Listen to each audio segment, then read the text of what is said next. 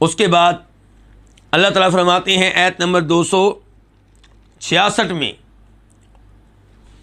اَیَوَدُّ أَحَدُکُمْ أَن تَکُونَ لَهُ جَنَّةٌ مِّن نَخِیلٍ وَأَعْنَابٍ تَجْرِی مِن تَحْتِہَا الْأَنْہَارُ لَهُ فِیہَا مِن کُلِّ الثَّمَرَاتِ وَأَصَابَهُ الْکِبَرُ وَلَهُ ذُرِّیَّةٌ ضُعَفَاءُ فَأَصَابَهَا إِعْصَارٌ فِیہِ نَارٌ فَاحْتَرَقَتْ كَذَلِکَ یُبَیِّنُ اللَّهُ لَکُمُ الْآیَاتِ لَعَلَّکُمْ تَتَفَکَّرُونَ۔ کیا تم میں سے کوئی یہ چاہتا ہے کہ اس کا ایک باغ ہو کھجوروں کا اور انگوروں کا، جن کے نیچے سے نہریں بہتی ہوں، اس کے لیے اس باغ میں ہر طرح کے پھل میں سے کچھ نہ کچھ ہو، وَأَصَابَهُ الْکِبَرُ، اور اسے بڑھاپا پہنچے، جب کہ اس کے کمزور بچے ہوں، اس کی کمزور اولاد ہو، فَأَصَابَهَا إِعْصَارٌ، تو اس کے باغ پہ بگولا آئے، فِيهِ نَارٌ، جس بگولے میں آگ ہو، فَاحْتَرَقَتْ، تو وہ باغ جل کر رہ جائے۔ كَذَلِكَ يُبَيِّنُ اللَّهُ لَكُمُ الْآيَاتِ لَعَلَّكُمْ تَتَفَكَّرُونَ۔ اسی طرح اللہ تعالیٰ تمہارے لیے آیتیں کھول کھول کر بیان کرتا ہے، واضح طور پہ بیان کرتا ہے تاکہ تم غور و فکر کرو۔ اَیَوَدُّ، یہ حمزہ استفہام ہے، اس کا معنی ہے کیا، اور یہاں پہ یہ انکار کے لیے ہے، یعنی کہ ایسا نہیں ہونا چاہیے، ایسا نہیں ہونا چاہیے۔ کیا، یود چاہتا ہے، پسند کرتا ہے، یود فعل مضارع ہے واحد کے لیے، احدکم تم میں سے کوئی، دو لفظ ہیں احد اور کم، احد کا معنی ہے کوئی، کم تم میں سے، کیا تم میں سے کوئی پسند کرتا ہے کیا چیز، ان تکون لہ جنہ، کہ اس کا ایک باغ ہو، ان مصدریہ ہے، تکون فعل مضارع ہے، اصل میں تھا تکون، نون کے اوپر پیش تھی، ضمہ تھا، ان کی وجہ سے نون کے اوپر زبر آئی ہے، زبر ہے، فتح ہے۔ کیا تم میں سے کوئی چاہتا ہے کہ ان تکونا کہ ہو، لہو اس کے لیے، اس کا، لہو دو لفظ ہے، لام الگ ہے، ہو الگ ہے، لام کے لیے کے واسطے، کیا تم میں سے کوئی چاہتا ہے کہ اس کا ہو یا اس کے لیے ہو، کیا چیز ہو، جنتن ایک باغ، من نخیل و اعناب، باغ کس چیز کا، کھجور کے درختوں کا اور انگوروں کا، اعناب عنب کی جمع ہے، انگور، تجری من تحت الانہار، جس کے نیچے سے نہریں بہتی ہوں، تجری یہ پورا جملہ صفت بن جائے گا کس کی، جنہ کی، کہ باغ ایسا جس کے نیچے سے نہریں بہتی ہوں، تجری فعل مضارع ہے واحد مؤنث کے لیے، تجری جاری ہوتی ہوں، بہتی ہوں، من تحتہا اس کے نیچے سے، کس کے نیچے سے، باغ کے نیچے سے، تحتہا دو لفظ ہیں، تحت نیچے، ہاں وہ باغ، اس باغ کے نیچے سے بہتی ہوں، کیا بہتی ہوں، الانہار نہریں، تو الانہار یہ تجری کا فاعل ہے، تجری الانہار نہریں بہتی ہوں، انہار جمع ہے کس کی، جی ہاں، لہو فیہا من کل ثمرات، اس کے لیے، کس کے لیے، اس آدمی کے لیے جس کا یہ باغ ہے، لہو اس کے لیے، فیہا اس میں، کس میں، اس باغ میں، فی الگ لفظ ہے، ہا الگ لفظ ہے، اس کے لیے اس باغ میں ہو، کیا ہو، من کل ثمرات، ہر طرح کا پھل، من تبعیدیہ ہے، ہر طرح، ہم کہیں گے ہر طرح کا کچھ نہ کچھ پھل، کل کا معنی کیا، ہر طرح، ہر، الثمرات پھل، وَأَصَابَهُ الْكِبَرُ، اصابہ فعل ماضی ہے واحد کے لیے، پہنچے، اصابہ اس پہ، پالے اس کو، پہنچے اس پہ، کس پہ، اسی صاحب باغ پہ، باغ کے مالک پہ، کیا پہنچے، الکبر بڑھاپا، وَلَهُ ذُرِّیَّہ، جب کہ، وہ حالیہ ہے، وہ حالیہ جب کہ، لہو اس کی، کس کی، اس آدمی کی جو باغ کا مالک ہے، جو اب بوڑھا ہو چکا ہے، اس کی کیا ہو، ذریۃ اولاد، ضعفاء کمزور، چھوٹے چھوٹے، بڑی عمر کے نہیں ہیں، جوان نہیں ہیں، ضعفاء ضعیف ان کی جمع ہے۔ فَأَصَابَهَا إِعْصَارٌ، تو اس کو پالے، کس کو؟ باغ کو، اس کو پالے، اس پہ آئے، اس پہ پہنچے۔ اصابہ فعل ماضی ہے، پہلے گفتگو ہو چکی ہے۔ اصابہا، ہا ضمیر باغ کی طرف جا رہی ہے۔ اعصار، بگولا، بگولا کس کو کہتے ہیں؟ وہ تیز ہوا جو ایک ستون کی طرح اوپر کو جاری ہوتی ہے گھومتی ہوئی، اس کو کیا کہتے ہیں؟ بگولا۔ فَأَصَابَهَا إِعْصَارٌ، تو اس کو پالے، اس پہ آ جائے، اعصار کوئی بگولا، فیہ، جس میں آگ ہو، کس میں؟ اس بگولے میں۔ تو فیہ نار، یہ صفت ہے کس کی؟ اعصار کی۔ ایسا بگولا جس میں آگ ہو، نار کس کو کہتے ہیں؟ آگ کو۔ فاحترقت، تو وہ جل جائے، وہ کیا؟ وہ باغ۔ فا الگ ہے، دوسرا لفظ کیا؟ احترقت، فعل ماضی ہے واحد مؤنث کے لیے، وہ جل جائے۔ احترقت سے لفظ ہوتا ہے حریق، آگ۔ کذالک، اسی طرح، کاف مثل کے معنی میں ہے طرح، ذالک یہ، اس کی طرح، ان کے اسی طرح، یبین فعل مضارع ہے واحد کے لیے، کھول کھول کر بیان کرتا ہے، واضح طور پہ بیان کرتا ہے۔ اللہ، اللہ تعالیٰ، لکم، تمہارے لیے، تمہاری خاطر،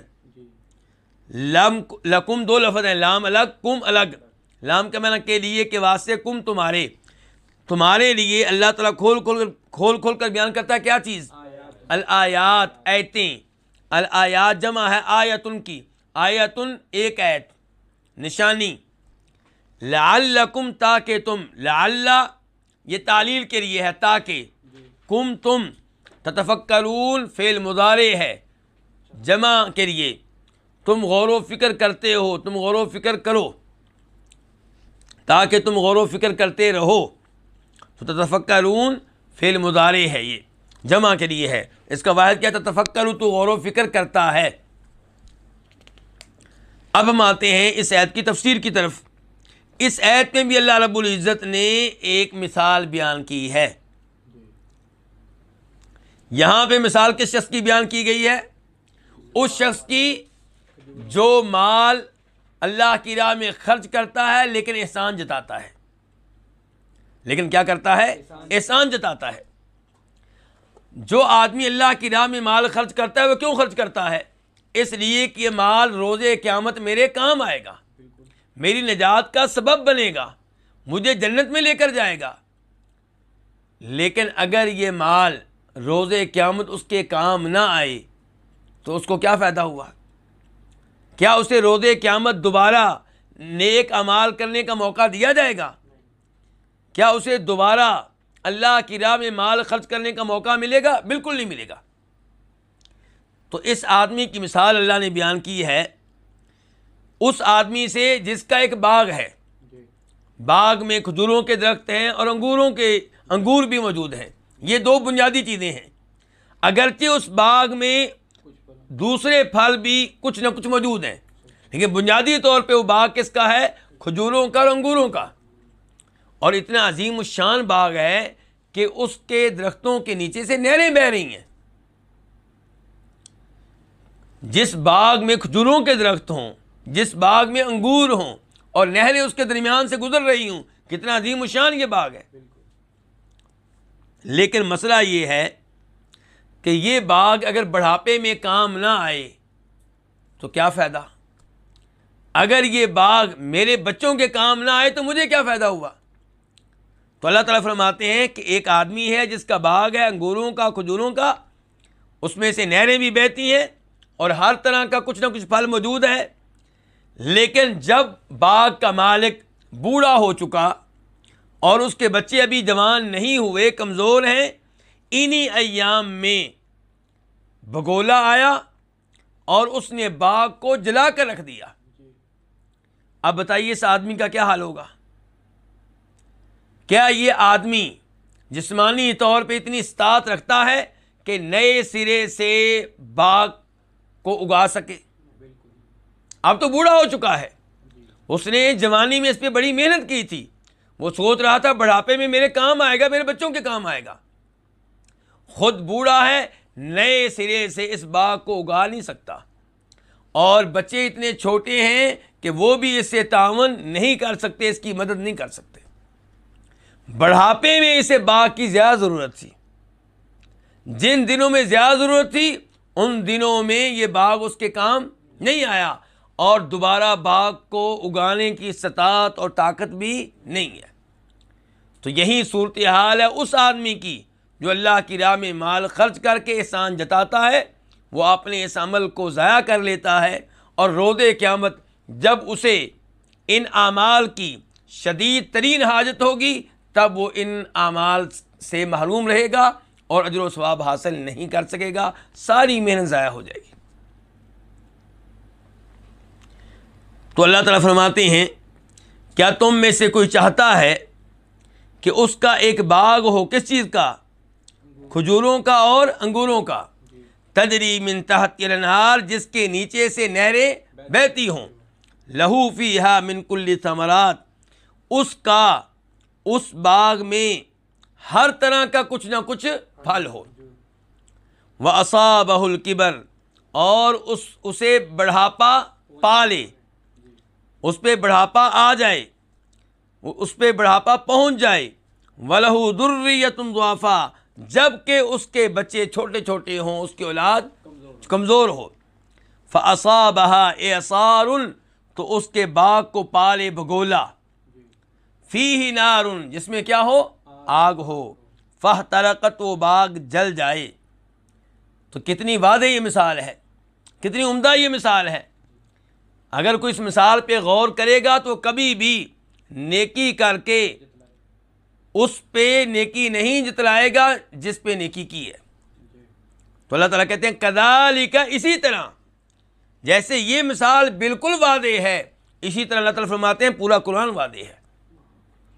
اسی طرح اللہ تعالیٰ تمہارے لیے آیتیں واضح طور پہ بیان کرتا ہے، کھول کھول کر بیان کرتا ہے تاکہ تم غور و فکر کرو۔ تو قرآن اس لیے نہیں آیا کہ آپ قصے کہانیوں کے طور پہ اس کے واقعات بیان کریں، قرآن اس لیے آیا تاکہ آپ اس پہ غور و فکر کریں اور سبق حاصل کریں، عبرت حاصل کریں، اور اس کے مطابق اپنی زندگی کو تبدیل کریں۔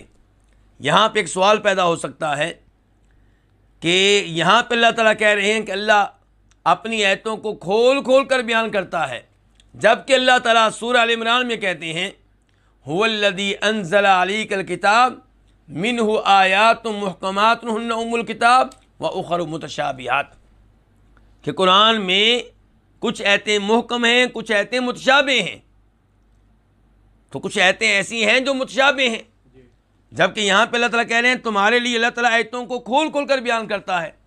تو ان دونوں آیتوں میں تضاد نہیں ہے، ان دونوں آیتوں میں ٹکراؤ نہیں ہے۔ جواب یہ ہے کہ اس میں کوئی ٹکراؤ نہیں ہے، پورا قرآن واضح ہے، پورے قرآن میں کوئی اشکال نہیں ہے، لیکن کچھ آیتوں میں کچھ لوگوں کو اشکال پیدا ہو جاتا ہے۔ اسی لیے امام ابن تیمیہ اور امام ابن القیم، اللہ تعالیٰ ان دونوں کی قبریں منور فرمائے، انہوں نے اپنی کتب میں واضح کیا ہے کہ قرآن کریم میں جو آیتیں متشابہ ہیں وہ در حقیقت متشابہ نہیں ہیں، وہ کچھ لوگوں کے لحاظ سے متشابہ ہیں، ورنہ اللہ کا قرآن مکمل طور پہ واضح ہے۔ اور اس امر کی تائید ایک حدیث سے بھی ہوتی ہے، جس حدیث کو امام بخاری وغیرہ روایت کرتے ہیں، جس میں فرماتے ہیں نبی علیہ الصلوۃ والسلام ان الحلال بین وان الحرام بین وبینہما امور مشتبہات لا یعلمہن کثیر من الناس، کہ شریعت میں حلال امور بالکل واضح ہیں، حرام امور بھی بالکل واضح ہیں، اور کچھ امور ایسے ہیں جو متشابہ ہیں جنہیں بہت سارے لوگ نہیں جانتے۔ اللہ نے یہ نہیں کہا کہ سارے لوگ نہیں جانتے، اللہ نے کیا کہا؟ جنہیں بہت سارے لوگ نہیں جانتے۔ تو اس لیے پورے کا پورا قرآن واضح ہے، اور پورے کے پورے قرآن میں کوئی اشکال نہیں ہے۔ تو یہ مثال بھی بالکل واضح ہے۔ یہاں پہ ایک اور نقطۂ نظر آپ کے سامنے رکھنا چاہوں گا، اور وہ نقطۂ نظر ہے جناب عمر فاروق رضی اللہ تعالیٰ عنہ کا، جناب عبداللہ ابن عباس رضی اللہ عنہما کا۔ جناب عمر نے جناب عبداللہ ابن عباس سے پوچھا تھا کہ قرآن کی اس آیت کا مفہوم کیا ہے، مقصد کیا ہے؟ تو عبداللہ ابن عباس نے کہا تھا، اور ان کی گفتگو کا مفہوم میں بیان کر رہا ہوں، خلاصہ بیان کر رہا ہوں، کہ یہ مثال بیان کی گئی ہے اس آدمی کی جو پوری زندگی نیک اعمال سر انجام دیتا ہے، روزے رکھتا ہے، نمازیں پڑھتا ہے، تلاوتیں کرتا ہے، اذکار کرتا ہے، جہاد کرتا ہے، اللہ کی راہ میں خرچ کرتا ہے، لیکن آخری عمر میں جا کر کچھ ایسے گناہوں کا ارتکاب کرتا ہے جن کی وجہ سے نیک اعمال ضائع ہو جاتے ہیں۔ اب وہ فوت ہونے والا ہے، اسی حالت میں فوت ہو جائے تو کیا وہ نیک اعمال اس کے کام آئے؟ جب نیک اعمال کی شدید ترین حاجت تھی تب وہ کام نہیں آئے، اور اب وہ نئے سرے سے نیک اعمال سر انجام نہیں دے سکتا، کیونکہ فوت ہونے کے بعد اب یہ موقع نہیں ملے گا۔ تو جناب عمر فاروق اور عبداللہ بن عباس کا موقف تھا کہ یہ مثال بیان کی گئی ہے اس آدمی کی۔ بہرحال یہ کہا جائے وہ کہا جائے، دونوں طرح درست ہے، انشاءاللہ دونوں موقف درست ہیں، ان میں سے کسی کو بھی غلط قرار دینا ممکن نہیں ہے۔